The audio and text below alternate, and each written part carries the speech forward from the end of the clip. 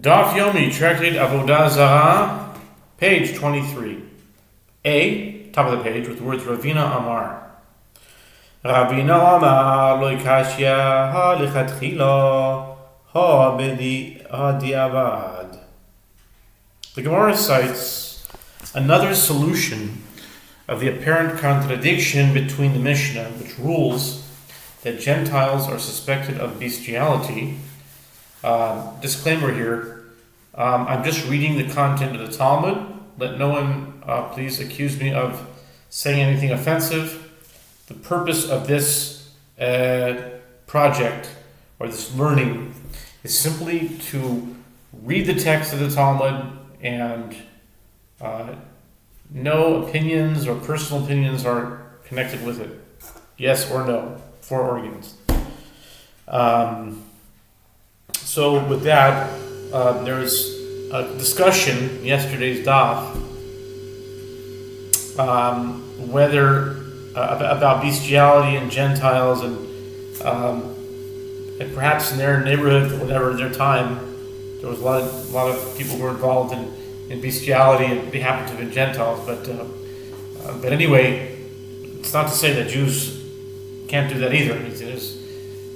But anyway, that's what it's talking about. Anyway, bestiality, the bride which permits an animal purchased from the Gentiles to be sacrificed as an offering. Rabina said that it is not difficult. This Mishnah issues its ruling with regard to the halacha ab initio, while the other brisa is referring to after the fact, which means one is preferable and one is like, okay, it's passable. Okay. תשני בלכתחילה בדיעבד דתנן לא יחד אישה עמהם מפני שחשודין על הראיות ורבינו האיש שנכבשה בידי גויים על ידי ממון מותרת לבעלה על ידי נפשות אסורה לבעלה. The Gemara asks, and from where do you say that there is a difference in this case between ab initio and after the fact? As we learned in the Mishnah, a woman may not seclude herself with them because they are suspected of engaging in forbidden sexual intercourse. And one can raise a contradiction from another Mishnah, Ketubot 26b, with regard to a woman who was imprisoned by Gentiles. If she was imprisoned due to monetary matters, she is permitted to her husband, even if he is a priest, as there is no concern that she was raped. But if she was imprisoned due to a capital offense, she is forbidden to her husband if he is a priest, and the captors would not restrain themselves from R. And the first clause in the Mishnah in Ketubot rules that a woman who was imprisoned in seclusion with Gentiles is not assumed to have engaged in intercourse with them. This apparently contradicts the statement of the Mishnah here, which rules that a woman may not seclude herself with Gentiles. El alav shmamina shanilan bein dechatchila lediavad mai dilma lo ilami melach afilu deavad namilo hachahainu taimed misyom mishom hefsed mamono. The Gemara continues, rather, isn't it correct to conclude from here that there is a difference for us between ab initio, as in the Mishnah here, and after the fact, as in the Mishnah in Ketubot? The Gemara rejects this conclusion.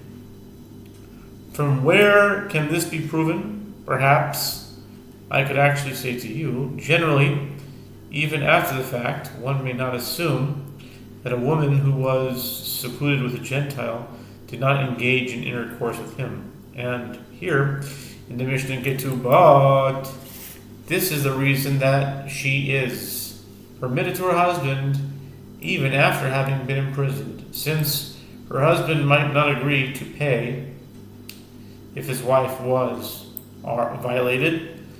The Gentile is fearful that violating her due to the potential loss of his money. Okay. The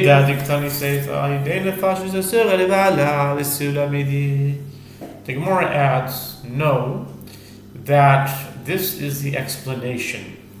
As the latter clause of that Mishnah teaches, if she was imprisoned due to a capital offense, she is forbidden to her husband. Clearly, the difference is that in this case, there is no incentive for the Gentiles to leave her unharmed. The Gemara concludes, and nothing more needs discussion, as this is certainly the correct interpretation of that Mishnah. Rav Padas Omer, Rav Padas Amar lo kashya, ha Rabbi Eliezer, Arabanan, Ditznan, Gabi Prat Chatat.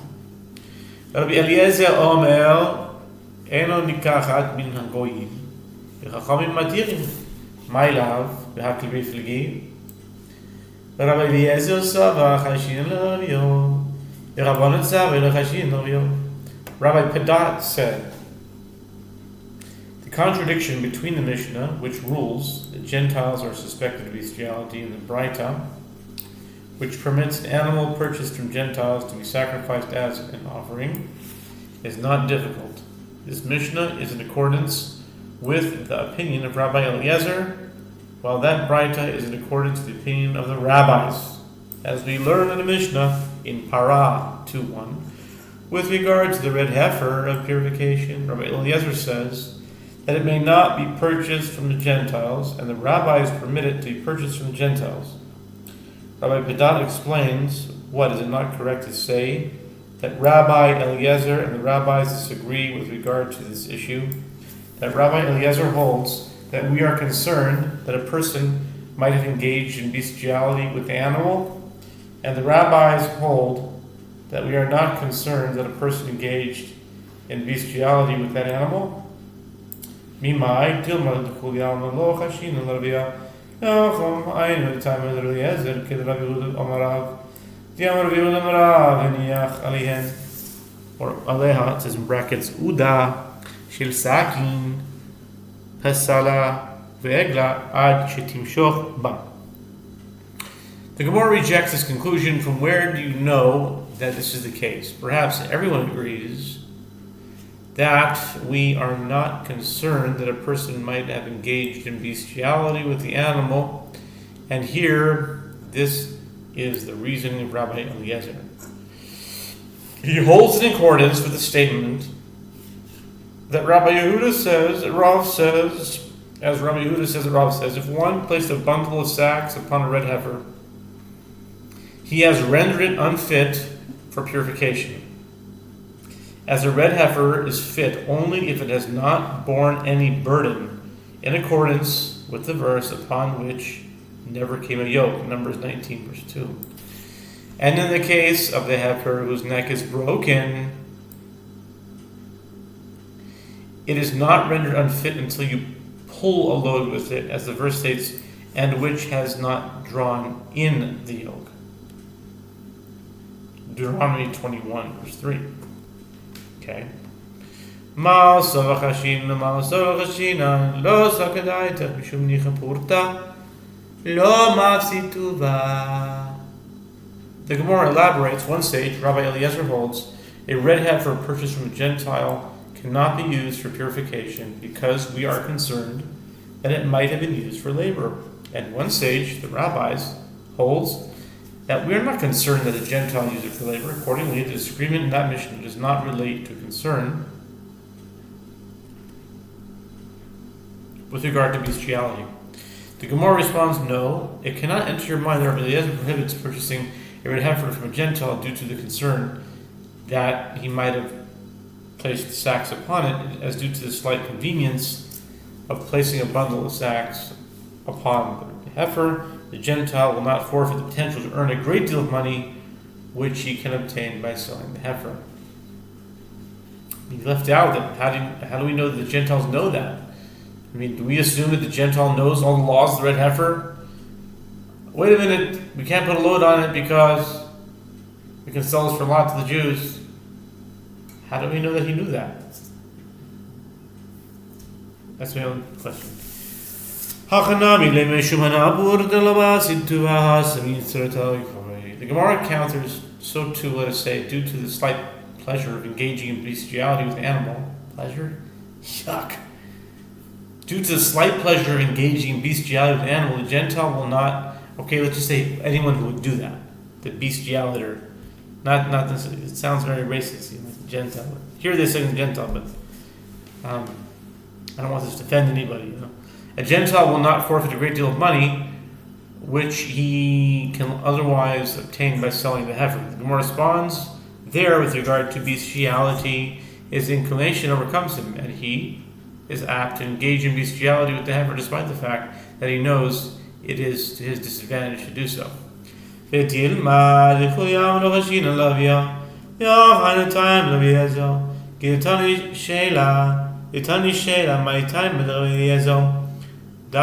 בני ישראל יקחו אליך, בני ישראל יקחו ואין הגויים יקחו. The Gemara suggests, and perhaps everyone agrees, that we are not concerned that a person might have engaged in bestiality with the animal. And here, this is the reason that Rabbi Eliezer, in accordance with that which Sheila taught, as Sheila taught in a Braita, what is the reason of Rabbi Eliezer? The verse states, "Speak unto the children of Israel that they take to you a red heifer." Numbers 19:2. This teaches that the children of Israel take the red heifer, but Gentiles do not take the red heifer. Lo sol kedaita tiktani sevechenu Rabbi Eliezer posel bechol hakorbanos kulam v'isa kedaita tiktani sheila bishlam ha diksi ba kicha ela kulu korbanos kicha kisibu. The Gemara answers, it should not enter your mind to say so, as the latter clause, that Braita teaches, and similarly, Rabbi Eliezer would disqualify an animal purchased from a Gentile in the case of all offerings. The Gemara elaborates that if it should enter your mind, the Rabbi Eliezer's reason is in accordance with that which Rav Sheila taught. Granted, in the case of the red heifer, a term is taken in written, but is a term of taking written with regard to all other offerings. Since a term of taking does not appear in the context of other offerings, this cannot be Rabbi Eliezer's reasoning. The Gemara suggests, and perhaps the rabbis disagree with Rabbi Eliezer. Now turning to 23b, top of the page.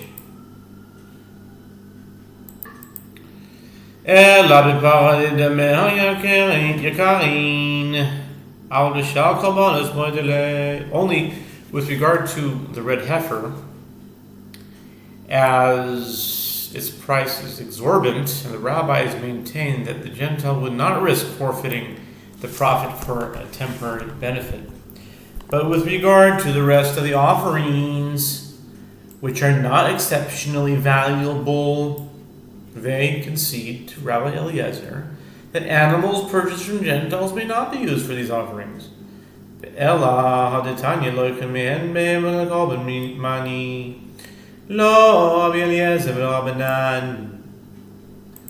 Gemara rejects this possibility, but what about that which is taught in the Tosefta, cited earlier?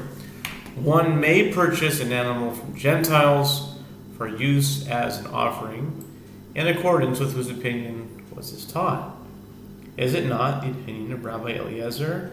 It is not the opinion of Rabbi Eliezer, nor that of the rabbis. Ve'od, Tanya b'Yahedya, my otivu lechaveroi leRabbi Eliezer.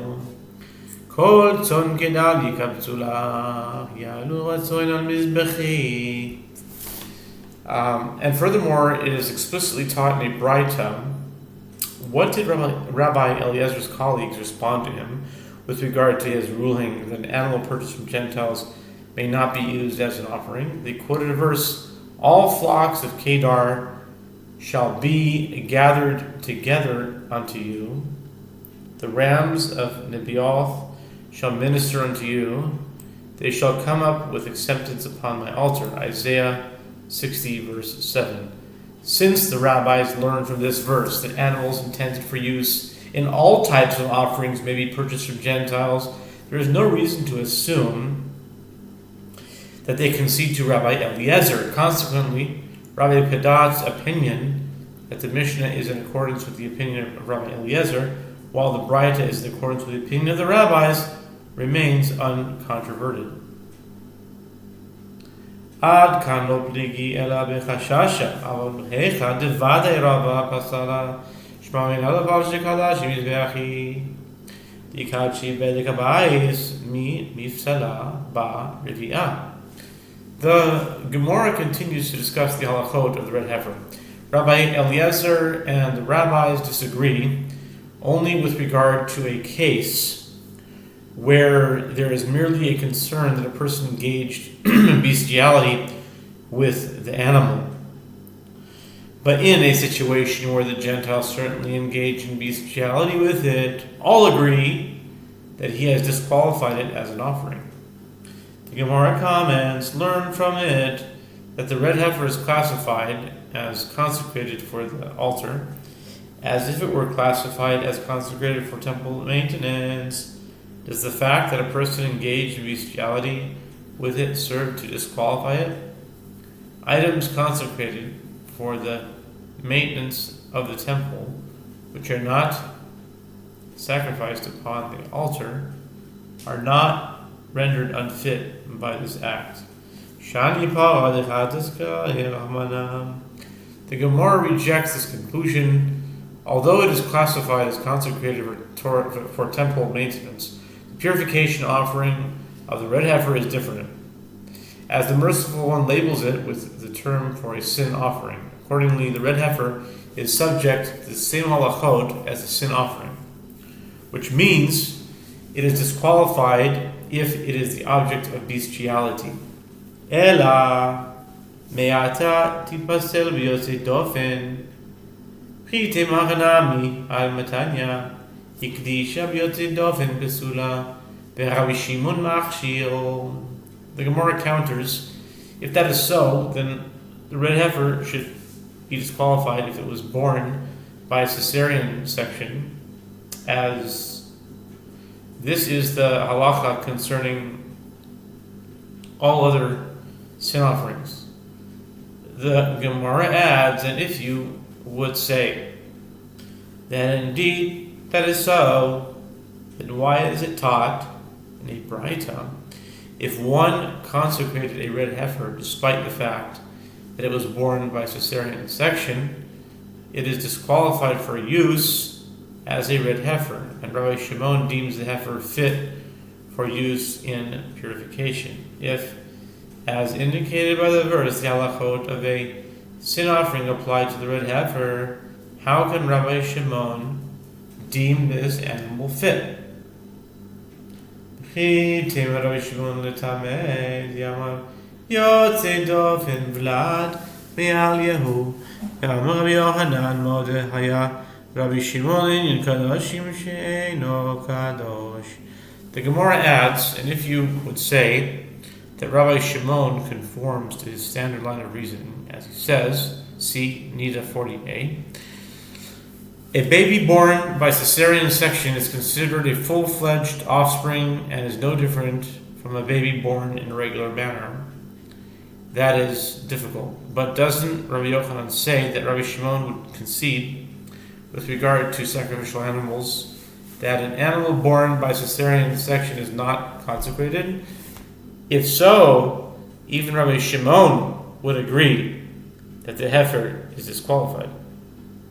Ela shani parachoya b'shumum posel ba tvar erev avodah Zarah nami posel ba dichsiv ki mash chasam bahem mumbam v'tana devei Rabbi Shmuel kol makom shnemer hashchata eino ela tvar ereva v'avodah Zarah. The Gemara explains, rather, the red heifer is different, since a blemish disqualifies it. A matter of licentiousness and a matter of idol worship also disqualify it. As it is written, neither from the hand of a foreigner shall you offer the bread of your God of any of these, because their corruption is in them, there is a blemish in them. Leviticus 22:25. This verse indicates that corruption is considered a blemish, and the school of Rabbi Yishmael taught, anywhere that the term corruption is stated, it is a reference to nothing other than a matter of licentiousness and idol worship.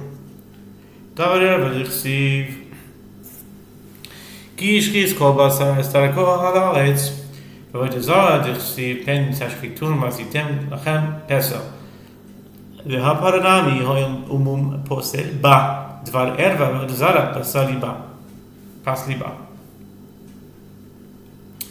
The Gemara supports this claim. Corruption is a reference to a matter of licentiousness, as it is written with regard to the generation of the flood. And God saw the earth, and behold, it was corrupt. For all flesh had corrupted their way upon the earth. Genesis 6:12. And the corruption also is a reference to idol worship, as it is written, lest you deal corruptly and make you a graven image, Deuteronomy 4:16.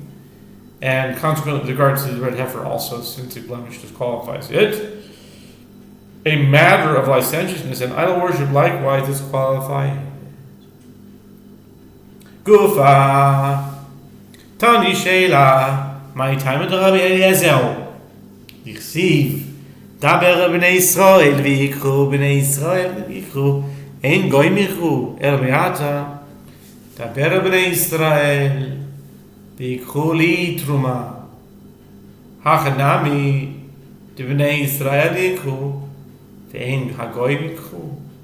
Earlier, Sheila provided a rationale for Rabbi Eliezer's ruling that red heifer may not be purchased from Gentiles. The Gemara examines the matter itself.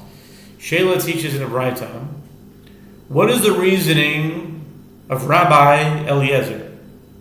It is, as it is written, speak unto the children of Israel, that they take to you a red heifer. Numbers 19 verse 2. This indicates that the children of Israel take a red heifer, but Gentiles do not take the red heifer. The Gemara asks, if that is so, then when the verse states with regard to the donations of the tabernacle, speak unto the children of Israel that they take for me an offering, Exodus 25 verse 2, so too one can claim that only the children of Israel take an offering for God, but Gentiles do not take an offering. And that no items for the temple service may be purchased from Gentiles. Chite machanami Yamar Yehuda Mashmuel Shalu be'et Rabbi Eliezer Ad hechan kibul aveim Amar lahem Tzeu ureu ma asa goy echad Daviv ve'Ashkelon ve'dama ben Netina shemo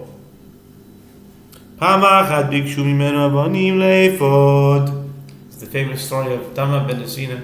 Okay, and if you would say that indeed this is so, this cannot be correct. But doesn't Rabbi Yehuda say that Shmuel says, the sages ask Rabbi Eliezer, to what extent must one exert himself to fulfill the mitzvah of honoring one's father and mother?